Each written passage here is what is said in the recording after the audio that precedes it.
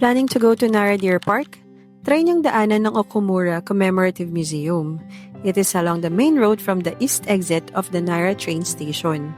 They showcase the seismic isolation system for buildings in Japan in cases of earthquakes. And this is for free ha.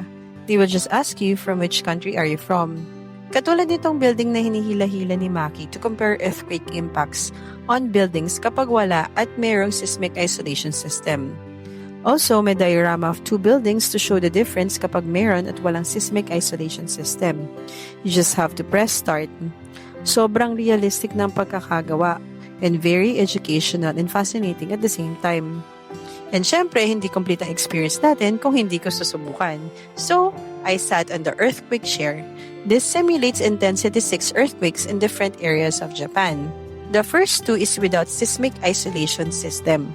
Ramdam mo talaga yung paggalaw. And the last one is with the seismic isolation system. Para ka nalang hinihele.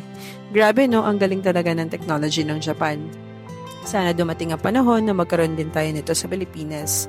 Madaming buhay at properties na maililigtas. I hope you enjoyed this video. Just give it a thumbs up and comment down below kung gusto nyo pa ng videos katulad nito. Yun lang.